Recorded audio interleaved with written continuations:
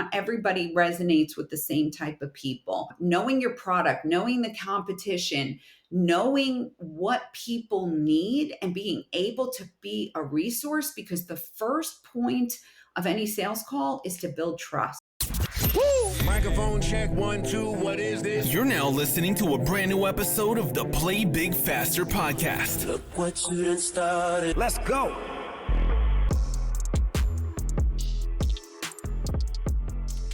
Welcome to another episode of the Play Big Faster podcast. We're joined today by Darleen Priday, CEO of DP Consult Sales Coach. Hey, Darleen.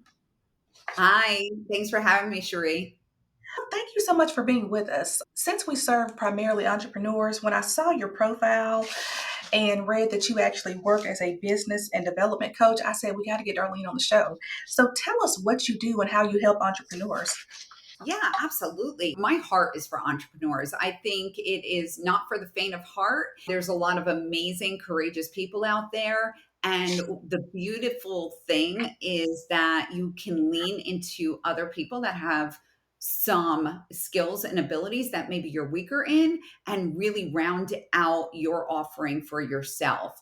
So DP Consults, I started that to empower entrepreneurs, coaches, service providers to be able to sell their own services authentically to what resonates with them, and then create a strategy and follow through that is easy to maintain and easy to scale their business. Are you saying that all coaching programs or businesses need a sales department? Yes and no. So they don't need a sales department, but typically it's the person that has started, the entrepreneur, the founder, that is the best salesperson for their service, yet they feel like it might be icky. Unless they have a sales background, they feel like it's icky, they feel like it's inauthentic, and they freeze up. Therefore, they want to get someone else to sell their services when they are actually the perfect person to do it. Let's start with a solopreneur, someone who is basically all of the business. What are some daily practices that you would recommend to improve their sales process? So a lot of times I speak to people and they don't track who they're having conversations with. They don't have a CRM. We are in a great time where technology is pretty inexpensive. Tracking something in a CRM or on a Google Doc to ensure that you know who you're speaking with. And then secondly is to make sure you're following up. I remember reading an article last year that said 70% of salespeople do not follow up on their calls. I did not believe it because this is always what I've done. So it sounded so foreign to me. But when I actually started speaking to people that were doing their own sales, they were doing exactly that. They were either getting a yes or a no. If it was a yes, they were moving forward. If it was a no, that was the end of it. The way I come in is I help them develop a cadence to stay connected to those people without being overwhelming. And a no doesn't always mean a no in sales. A no can mean not right now. A no can mean I love it, but once my budget is able to, I'll jump on it. Or a no could be, this is not the right service for me, but I know a lot of people who can use you. So it's like reframing and having a mind shift to that sales call. Okay, and Darlene, you have touched a pain point for me because I literally had the worst customer service experience from a salesperson about 2 or 3 days ago. I contacted this company for one service. They recommended something else. I politely declined. And the salesperson just went into a rant about how if I do decide to come back, it's not going to be the same working with me. Just kind of bad.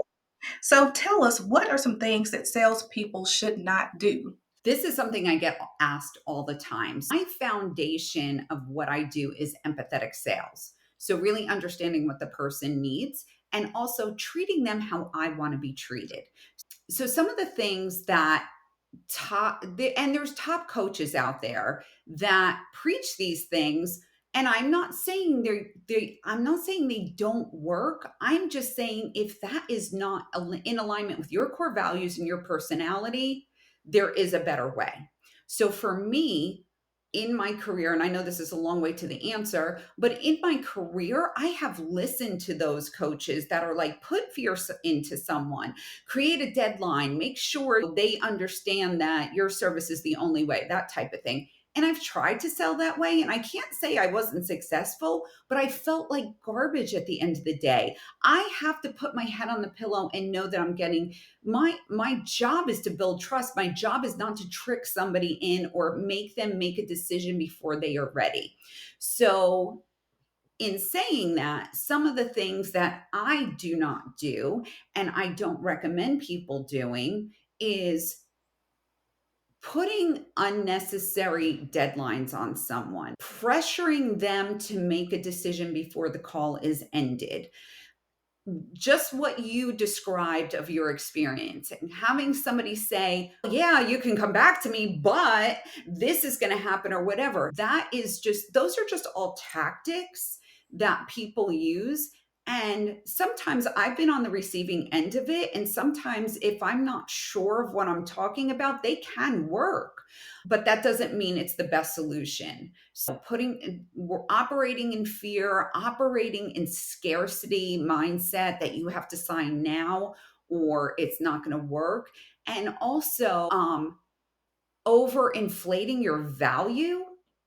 I would rather undersell, over deliver every single day than to make all these crazy claims and then not go through with it and just churn clients. You want to build relationships. You want to have those people being champions for you because they saw how you transformed their life versus getting that quick money and then just going on to the next victim. And the crazy thing is, the thing that was offered to me is similar to something that I had recently purchased. So my no was just a not right now. And I shared that. I said, I just purchased something. It's very similar.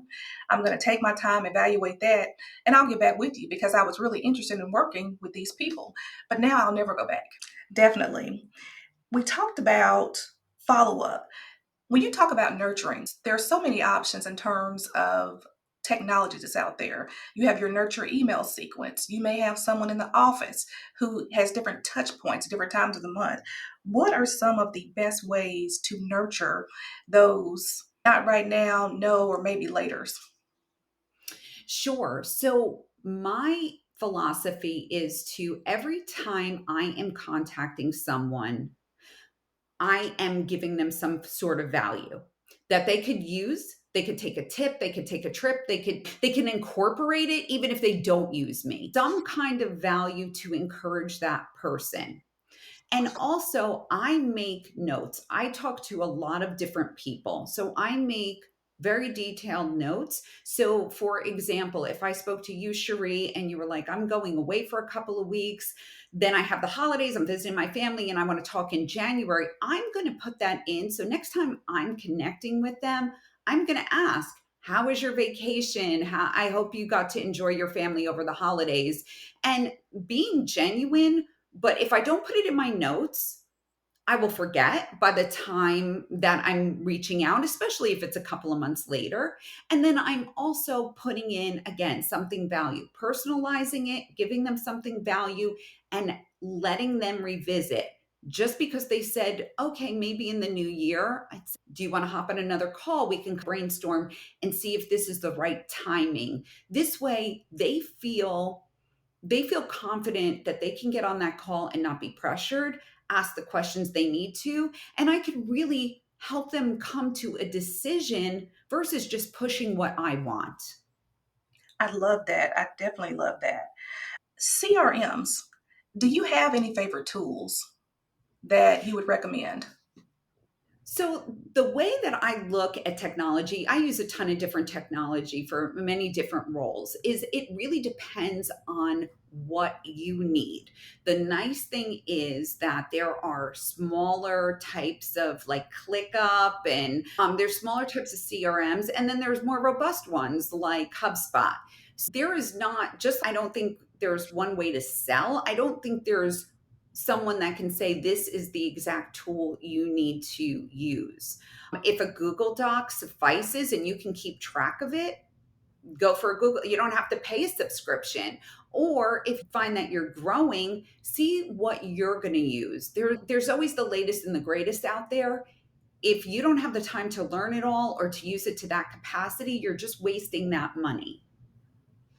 So now that we have the process down and some of the principles, how do we know who our ideal client is that we're actually selling to? Do you have any tips for that? Yes. So, one of the things that I do in my strategy session is to, if the person does not know their ideal customer or they come back with an answer of, I can serve everyone, we start there first. You can't serve everyone. Maybe technically you can, but who do you want to serve? So, again, back to the scarcity and generosity mindset. Niching down sounds scary because then you think you're narrowing your focus and you think you're not casting that wide net. When in reality, if you are so vanilla and you don't take a stand of here's who I can serve really well, it doesn't resonate with anybody, because if I hear I can help everybody, I don't feel so special. And I'm like, oh, they're not specialized in what I need. So it's really being honest with yourself, seeing and getting feedback from outside people, whether it's a coach, whether it's a networking group. You need entrepreneurs' greatest gift is having people that are going to encourage them but also speak truth into their life. So having someone that's not in the industry, that doesn't is really not familiar with what you do, to really assess, like, what do you do, who are you looking to serve, how is that going to help that person, is really identifying a lot of different things. Are you specific to a certain industry? Go by how you've built your business. Who was the most successful? Who were singing your praises? Who did you serve well, but it really didn't sit well with you, or you struggled through it and got through it? As a coach, especially, you want to bring in the right people or service provider that you're going to be comfortable serving. You don't want somebody to drain your whole energy and just get through it. So think through, who were my shining stars? Who were my star pupils, right? And what did they look like? Age, industry, personality traits, soft skills, all of those different things of who was I really able to help? That's where you could start building your profile. So again, I target mainly coaches and service providers. Could I use the same principles for somebody that's selling widgets or something like that? 1000%. And I'm not saying I turn those people away, but if I didn't say, hey, entrepreneur, hey, small business, here it is, I wouldn't even have those opportunities of the other ones. Now that we've dialed in our process, we know who our ideal customer is. How do we start dealing with handling objections? I think active listening is really important. I think a lot of people just go to, I don't have the budget for that, when they want to be nice, when they don't want to hurt your feelings, that they don't want your service. So really understanding if it is a fit. I use a series of discovery questions and then I listen to what they are saying. So if they're saying, you know what, I'm just starting out and I really don't have the budget, but I'd like to know what's in the future, right? That you're not going to force their hand. You don't want somebody to invest before they're ready. But again, back to going through your clients, sales calls, what are you typically hearing? And in my process, I work through that with the client to say, okay, what are the top three objections? Are they going to a competitor? Are they saying you're too expensive? This is the same type of thing. If you hear it once or twice, that's one thing. But if you, and you have to know your value, but if you're hearing something over and over again, you may have to look at that area of where everybody's having the objections and take a closer look at your offering to see if you need to tailor it or modify it to make sense in the industry. Does that make sense? It does. And it's so good that you mentioned competition. What are some examples on why an entrepreneur would want to reframe how they look at competition? I think it's important because, again, I'm a coach now, right? And there are coaches for everything. You can throw a stone and hit 10 coaches, right? But my customer, I have a lot of people in my network that are incredible sales coaches, but we're not all the same. We have different personalities, we have a little bit different system, different pricing, everything like that.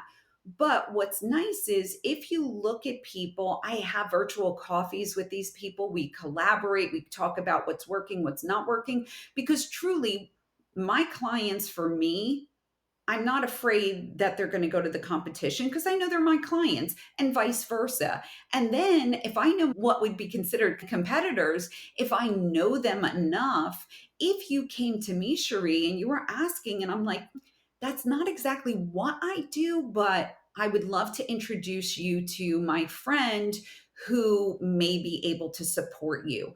I've had just incredible relationships with sending potential clients to other coaches and vice versa. I've had other coaches recommend me because we've built that rapport of trust that there's enough business for everybody out there. I love that. So, really, you promote collaboration over competition. Correct. I love Correct. that, definitely. So, what about confidence? Because I've talked to other sales coaches, and one of the crutches that some would be great sales coaches have is that they're not very confident. What advice would you give sales coaches about dealing with that? I think what's important is like there's a difference between confidence and cockiness. I don't like cockiness. Like when somebody comes across that they know everything, it just is repelling to me. So what I would say is really know your worth, know your value, and I am an ongoing learner. I can learn from somebody who's 20 years younger than me, 20 years older than me, and everywhere in between. Even those people that I've taken their courses and they don't resonate with me, I learn what I don't want to do. So I think really always seeking knowledge and making yourself better for you will help with that confidence because then you can really share the value that you're bringing and it is an extension of you. So everything that I teach is something that is going to resonate natural with you. People think you have to be an extrovert to be a salesperson. That's not true. I am an extrovert, but that doesn't mean you have to be the same way. Not everybody resonates with the same type of people. Knowing your product, knowing the competition, knowing what people need and being able to be a resource because the first point of any sales call is to build trust. If you don't know what you're talking about and you pretend, that's bad. There's, like I said, technology changes at the blink of an eye. I have a client that's like, what do you think about this tool? I'm like, I never even heard of it. Let me jump down that rabbit hole and look into it. But if I just faked it, like the whole fake it till you make it comes across because then you're insecure, then you don't know what you're saying. And it's okay to say you don't know about something. If you had one piece of advice for an entrepreneur on how to play big faster, what would it be? I would say to really know the value of what you're offering and practice to communicate it to whoever will listen. Even when it feels clunky, even when it feels like, oh, I feel stupid telling my brother, tell your cat first 20 times before you to somebody. Because the reality is, the more that you do it, the more comfortable it's going to be, the more natural it's going to be, not memorizing a sales script, but being able to convey that value. And then when you are on a sales call, you'll be able to share it in a much more relaxed way. I remember I'll just use this as an example. So I've been in sales for many years. Okay. So sales calls are natural to me. But when I started doing podcasting, I would be so nervous. Am I going to say the wrong thing? And I just started fairly recently, like at the beginning of last year, really doing a lot of podcasts. And I had some wise advice from people that have done it. And they're like, just keep doing it, like knowing it. And now I became to love it. So what was a stress for me and would make me nervous has brought me so much joy. And I've met so many incredible people that regardless if I'm getting sales from it or not, If I feel like I'm helping someone through these, that just brings me so much joy. So it may not feel natural in the beginning, but the more practice, like everything else in life, it will. Now, you have to tell us the name of your podcast. Oh, I don't have a podcast. I just guest on podcasts. Gotcha. Okay. Yeah, I haven't tackled that yet. That needs to be one of your next projects. I think you'd be a natural. Thank you. I appreciate that. How can people contact you if they have more questions or would like to work with you? Yeah, so they can visit my website, dp-consults.com. There is a form you can fill out to have a discovery call, which is exactly that. Sharing what you need, sharing how I can help you. I do have a sales strategy that takes about 30 days. At the end, you will have everything you need to go and sell confidently and the structure in place to do so. But I also do rapid fire coaching where if somebody just maybe they're doing okay in sales, but they need someone to bounce some new offering or how to share their value, I book those as well. So just fill out the form and I'll have a chat with you. And also, if you connect with me on LinkedIn, I put a lot of content out on LinkedIn as well. Thank you so much for being with us. It was a pleasure, Cherie. I really love your podcast. I love the value that you're bringing to entrepreneurs, and we all have to support each other. Definitely. And until next time, everybody, play big faster. Thanks for listening to this episode, and remember to play big faster.